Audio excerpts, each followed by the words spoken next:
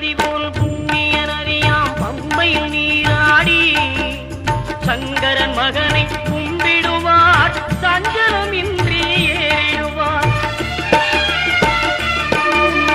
நீலிமலை ஏற்றம் சிவபாலனும் ஏற்றிடுவார். காலமெல்லாம் நமக்கே அருள்காவலனாயிருப்பார். தேகபலம் தா பாதபலம் தா தேகபலம் தா பாதபலம் தா தேகபலம் தா